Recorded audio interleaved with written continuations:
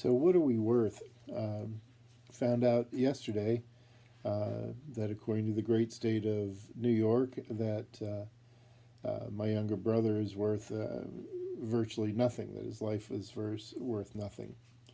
Um, if you recall, Brian, at 58 years old, was sitting in his car, ready to at a stop, ready to turn into the parking lot of his job one morning in November of 2018 when a double axle truck owned by Craft Power Facilities uh, hit him, rear ended him with no attempt to stop. The driver of the Craft Power Facilities vehicle said that he had fallen asleep.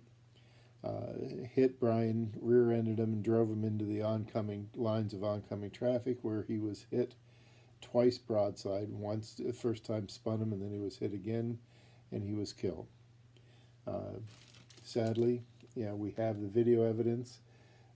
On the road, there was a small military base, and so the road was under video surveillance, and you can see it. I've watched it a number of times, and sadly, watched as my brother sat just one morning going to work, and I see the truck come in from Craft Power Facilities, slam into the back end of him, never comes to stop. He continues through Brian as if nothing, and watch my brother get hit twice.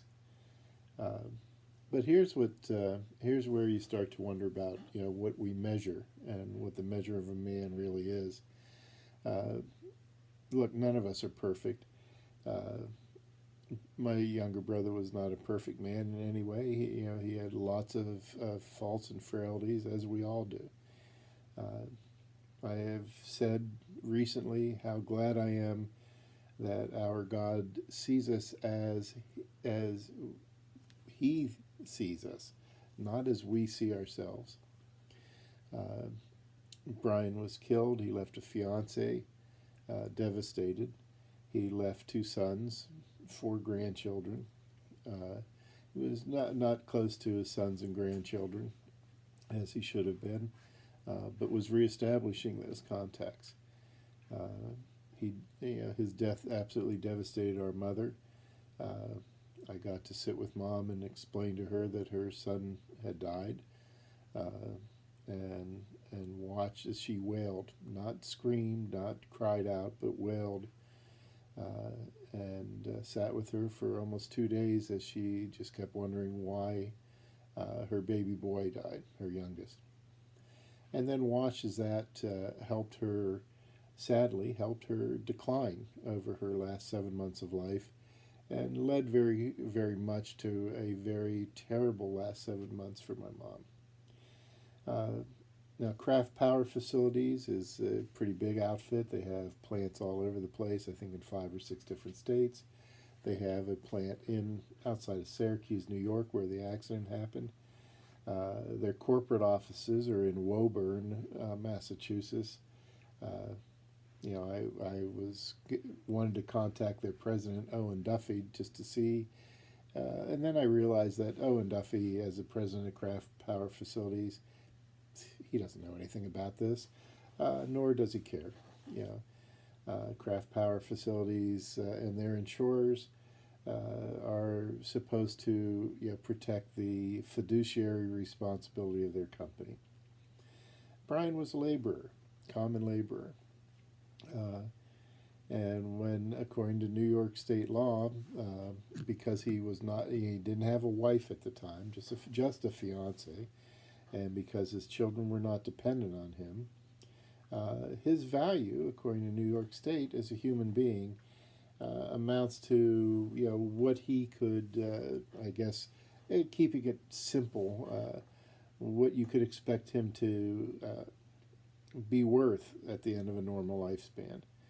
They consider that, and they look at it and they say, well, he was minimum wage, or no, he wasn't minimum wage. He was actually a skilled machinist, but he was a machinist, and he didn't have any assets, and You figure if he was 58, he retires at 65, and then he goes on Social Security, and his living expenses and everything, and craft power facilities, and their insurers think he wouldn't have any more than maybe $50,000 left, and that of course would have to pay off his debts from his estate, which he had no estate. But he had debts. So the government, our government, measures Brian with a dollar figure, and unfortunately, I had hoped, as the executor of his estate, that I could not only pay off his debts, but he was really interested in reestablishing his relationship with his sons, and making a good relationship with his children. When this tragedy took place, I thought, okay, maybe there can be enough in the estate after this that the insurance company, my God, we have it on video. If we have it on video, I'll be glad to show it to anybody who wants to see it. And the man has admitted to falling asleep in the company truck. He was on his way to work. Not looking at some ridiculous sum, but I thought that we would be able to settle maybe for an amount that that the estate could pay off Brian's debts, and maybe give each son $75,000 so that they could use it for a down payment on a nice home for their families in the future. But that doesn't seem to be the case. I'm not sure how, and I don't know. But anyways, but how do we value life anymore in this country? How do we look at it? I prefer the fact that our God has established the measure of us. It's not established by New York State or the U.S. government or anybody else. It's established by God himself, because God is the one who knitted us in the womb. God is the one who knew us before we were born. Not only did the measure of us be established, was it not only established by our God, but then it was verified by his Son when Jesus came to earth and sacrificed his own life for our lives. That's verification of exactly what we're worth. And craft power facilities and New York State and the insurance company may not think that Brian Timmons was worth anything. I beg to differ that our God has established what he was worth, and that was verified by his Son. And I would much rather look at that. The terror that this put my family through. His fiance is devastated by this. They were getting married in January. This happened in November. It's sad, so they never got to get married. How do you value that?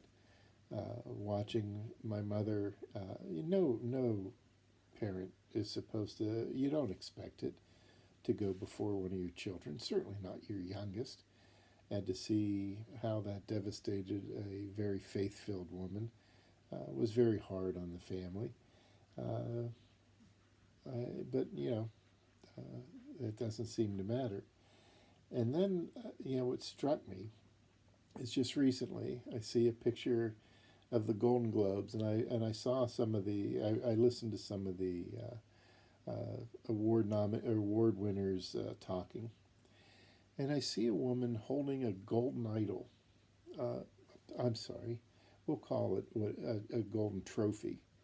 And she explained that if she wouldn't have had an abortion, she wouldn't have been able to live the life she lived that led her to being able to win and she was clutching this golden statue. And I thought that may be just exactly how we value life in this country anymore. She was clutching that golden statue as if it was more important than the life that was growing within her, a life that was established by our God and verified by Christ. But that golden statue, golden idol, was far more important. And this is often the case anymore. And I see some of these things that are happening, but I just like to mention the fact that this has happened, kind of the denouement of my younger brother's life, and unfortunately, I'm not going to be able to do what I had hoped to be able to do for his sons and his grandsons, or grandsons and daughters. I'm the only one that only has grandsons. He actually had a couple granddaughters too. But I was hoping to be able to give them, a legacy of Brian that just would have meant something to him, a home. Something that Brian sadly did not give to those boys throughout his life, but maybe he could make it up to them now that they were grown men with their own families. That's not going to happen. But I do want you all to know that the measure of a man is not set by Owen Duffy and Kraft Power Facilities and insurance companies and New York State and the law. It's not set by that. The measure of a man has been established by our God and instilled in us. And then he sent his son. And his son died for us to reestablish our measure in our God's heart. That's the measure of Brian Timmons. And I want you to know that's your measure too. So if you ever feel down and you feel like you don't measure up to anything on this earth, remember that God sees you as you are, not as we see ourselves, and that he's given you the measure and then sent verification for that. That's an incredible amount of love, and worth so much more than golden idols. But I love you all, and I hope this maybe means something to somebody. Thank you all. Bye-bye.